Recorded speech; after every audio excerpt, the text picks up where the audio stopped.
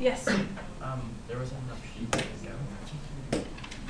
Okay, so this is going to explain why things have a high boiling point, a low boiling point, which then helps you understand why it's a solid, liquid, or gas at room temperature. Okay? So certain chemicals exist as a liquid at room temperature, like water. And some are a solid at room temperature. I'm trying to think of a covalent compound that's naturally a solid at room temperature. Coal. And some are gases at room temperature, like, well, oxygen, carbon dioxide, methane. So what is it that makes them these states of matter at room temperature? The first thing I have to remind you about is like a grade 7 lesson of what it looks like if you're a solid, liquid, or gas, and what these particles look like. And you would have remembered you learned that solids vibrate, right? That they are in structured rows and columns like this. You with me? And liquids are also touching, but they're not as ordered in their placement. Like that. There's a liquid, so they're slightly further apart. And a gas, well, that's like that. Do you remember these pictures? Yeah. Okay. Now, zooming into this picture, solid at room temperature, let's think of a better example than carbon. Let's think of, come on, solid at room temperature. Somebody help me. Yeah, that's carbon. Honestly, I can't think of one. So there aren't very many. That's true. That is true. Oh, sugar. Sugar. C6H12O6. Okay? So each of these circles is a C6H12O6. And then the circle beside that is a C6H12O6. Okay? Liquid at room temperature, each of these circles is an H2O. Right? And each of these circles is an H2O. And then gas, of course, would be like a methane molecule, CH4, CH4. So if I'm going from liquid water over to gaseous water, I would just move those two circles further apart from each other. So that becomes H2O far apart from the H2O. I don't break up the H's and O's. It's really important. Boiling and melting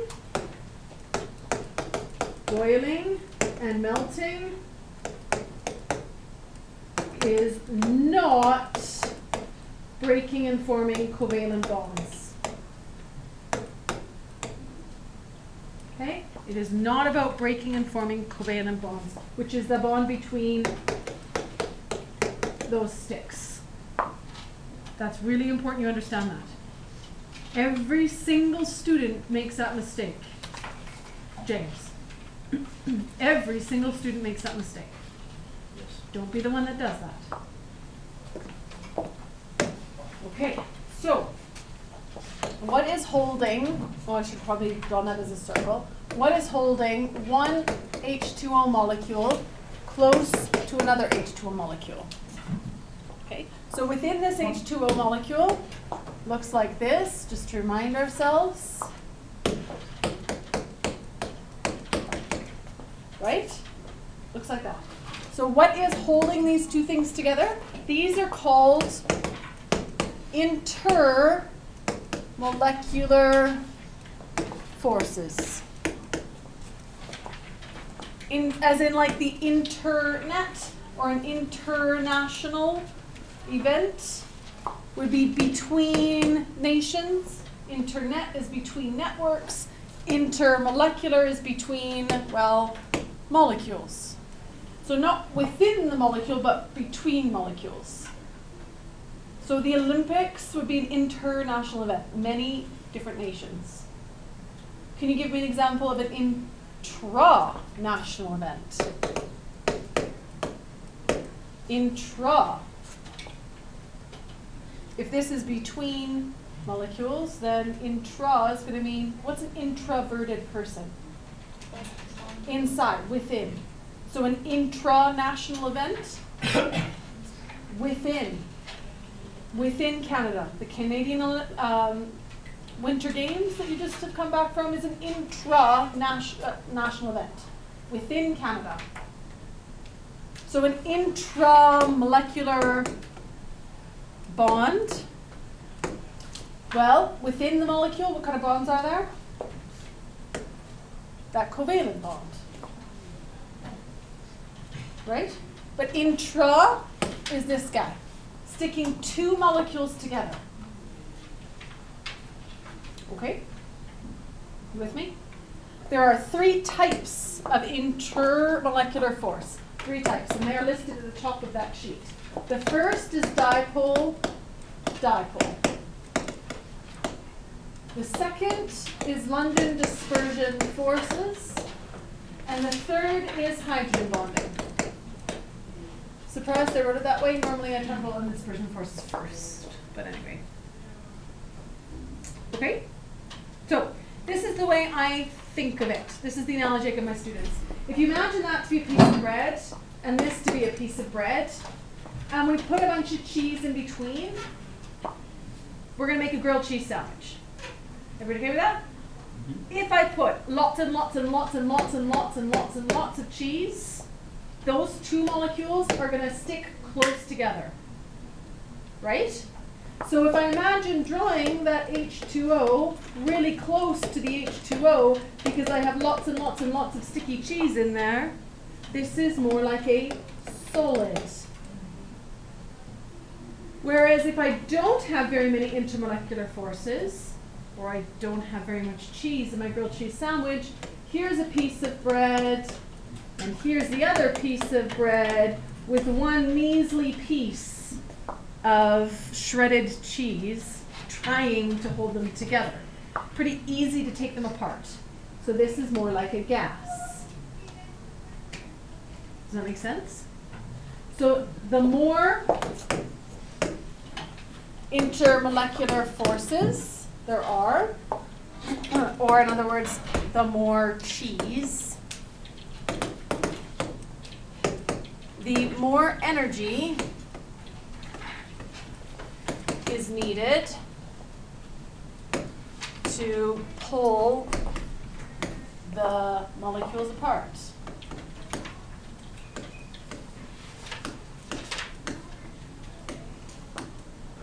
Therefore, the higher the melting point. Okay? So if I need a lot of energy to put into my grilled cheese sandwich to pull those pieces of bread apart from each other, well, that energy comes from, say, a Bunsen burner or a stove. So if I have to crank my stove up really high and I'm putting in lots of energy to pull that grilled cheese sandwich apart, it must mean that there's lots of sticky cheese there. Does that make sense? So if I were to ask you whether you think this will have a high melting point or low melting point, then you should tell me which of these forces it has in order to then say that then it's going to have a lot of forces, a high melting point. Not a lot of forces, a low melting point. Does that make sense? Okay, so let's talk about these forces then so that you know how to identify them in a molecule. The first one on your sheet is dipole-dipole, so we'll do that one first. Okay, dipole-dipole forces. They exist only in polar molecules. Oh, well that's good because we already know what a polar molecule is.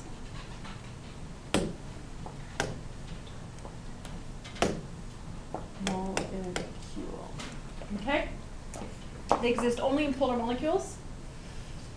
You already know what a polar molecule is, do we? I hope? Yes? No? Is water a polar molecule? Yes, good. Which end is relatively negative? The oxygen. And which end is relatively positive? The hydrogen. Everybody okay with that? Oh. So if I have a whole pile of these water molecules that are all beside each other, another water molecule is going to align itself like this right underneath it. Why? So opposites attract. Because opposites attract. And so here's my relatively negative end, and here's my relatively positive end on that water molecule. And that negative and that positive are going to attract each other. And the attraction of those two together, that attraction, that sticking together of the positive and negative, that's called dipole-dipole force. So that's one type of cheese that's being used to stick or to attract one water molecule to another water molecule and keep them stuck together. Does that make sense? And you should know water molecules stick together quite well. Have you ever filled up a glass of water so much so, can't really draw a glass today, that it goes up over the top?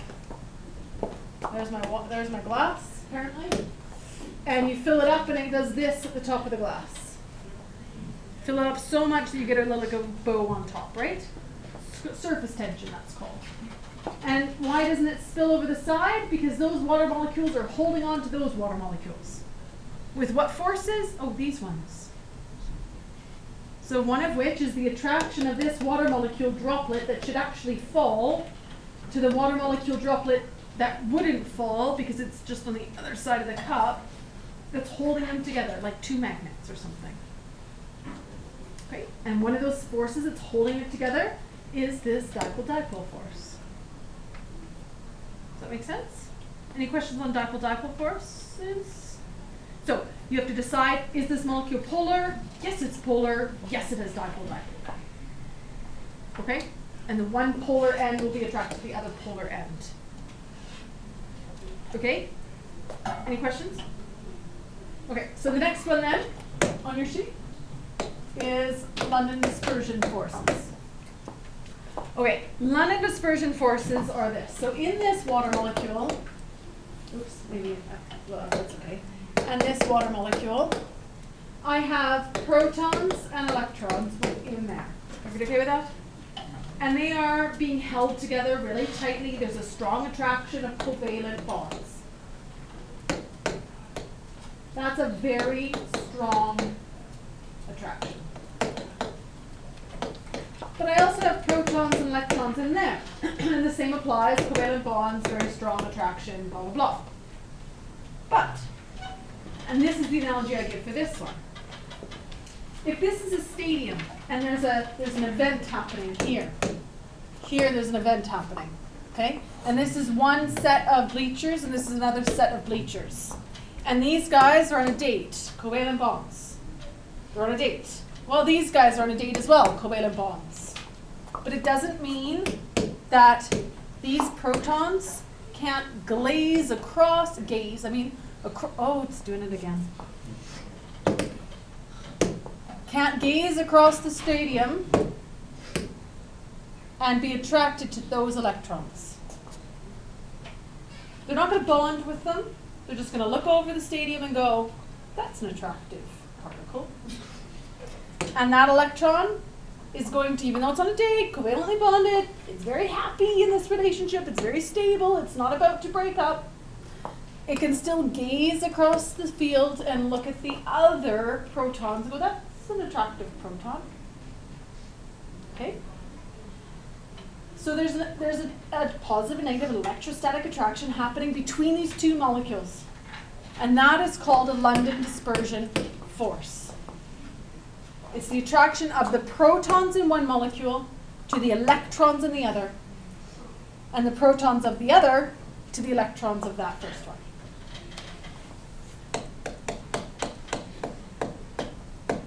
Does that make sense? I'm trying to go back a few steps, but I can't. To get rid of that squiggle. Do you get it?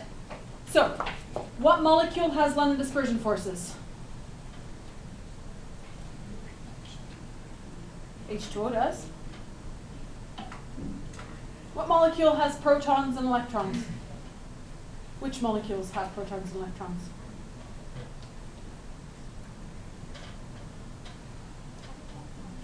All of them. All of them is right. So what's going to have London dispersion forces? All of them. So the short answer, even if you know nothing about this, if you see a covalent compound, you should right away be able to tell me, if I ask you what intermolecular forces does it have, London dispersion. It's going to have London dispersion. All of them. Because they all have protons and electrons. Okay? Which one has more London dispersion forces? You'd have to add the electrons. Ooh, how do you do that? So, which has more London dispersion forces? Sorry, it's doing it again to me. Which has more London dispersion forces? Water or methane? So I'm going to have to count the number of electrons. How do you count the number of electrons? People are freaking out. No, wait. This is Science 10 stuff. In Science 10, could you have told me the number of protons, neutrons, and electrons in oxygen and then draw the Bohr diagram for it? Oh, yeah. Oh, that's the same thing then. So you look at the periodic table, you look at the fact that it's got it's got an atomic mass of 16 and an atomic number of 8, right? How many protons does oxygen have? 8. How many electrons does the atom of oxygen have? 8. So 8 electrons. And hydrogen? Each of them has 1, but I have 2, so therefore water has 10 electrons. Everybody okay with that? And how many electrons is CH4 going to have? Well, that's 1 times 4, and how many is carbon? 6. So that means 10 electrons as well. So which one has more London dispersion forces? They both have the same amount of London dispersion forces. Right? Same amount of London dispersion forces. And we call that, those 10 electrons, we call that isoelectric. Iso meaning the same electric number of electrons. Okay? Isoelectric. What's methane at room temperature? What state of matter is it? It's a gas. What state of matter is H2O? Liquid. So which has more sticky cheese?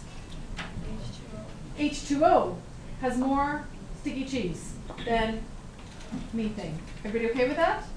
Because if I were to draw the liquid, I would have to draw it like this, right? Drawing the gas, I draw it like this. So there must be more cheese here. More, not cheese anymore, but rather intermolecular forces. But they have the same amount of London dispersion forces. What does water have that methane doesn't? Dipole-dipole. Is methane going to be having dipole-dipole? Junior class change. Why not? Not polar. So non-polar equals no dipole-dipole. So if I was building a methane grilled cheese sandwich, to stick with an analogy, this would only get London dispersion forces. So it would only get a pinch full of cheddar. Water gets a pinch full of cheddar, the same pinch full, because the same number of London dispersion forces, but it also gets a handful of mozzarella, because it's got dipole-dipole as well. So 2 types of cheese sticking it together. Actually, there's 3. We're about to learn the third. And only 1 type of cheese sticking it together. Therefore, less energy is needed to pull them apart. Therefore, its melting point and boiling point is much lower. So low, the boiling point is before room temperature. It's already boiled before it gets to room temperature. You with me? No. Lost you in the last little bit there. Okay, well let's do the next force and then we'll put it all together. Number 3. The third force is hydrogen bonds, which is like an extreme dipole-dipole force. Okay, so what made a dipole-dipole force exist? If the molecule was polar. So scientists found that there were some molecules that were so polar that they had like an extra dose of cheese. You got to give it its own special name. Okay? So that happened when you had a molecule with an HN bond. Can you think of one like that? Can you think of a molecule that has an HN bond? NH4. What about NH? Well, let's go with NH3 because then it's on an ion. So like,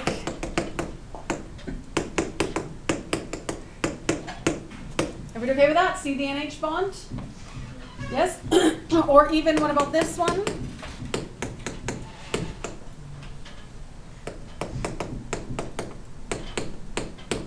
Do you see the NH bond here? And the NH bond here. Okay? It's saying that that bond is so polar that this end is so relative. Oh dear, no highlighter, no highlighter. Come on, buddy.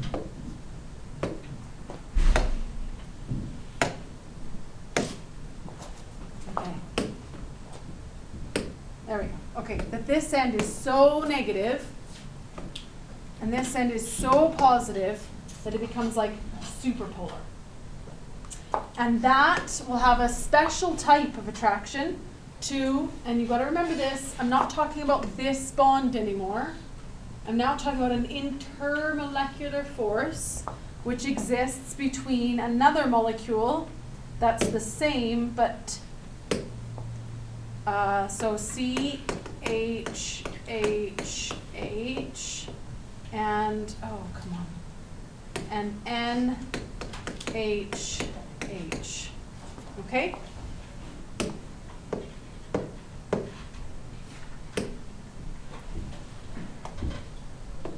This board is not very happy with me. Okay. I think I might be giving up. Oh. Okay, let's just use the highlighter for a second. Okay, so this N is going to be relatively negative, and it'll be attracted to the relatively positive end here. And that line that I just drew is an intermolecular bond of a hydrogen bond. I know. It doesn't help that the board messes things up. Okay, so where else then? Hold on. Let's just go back a bit.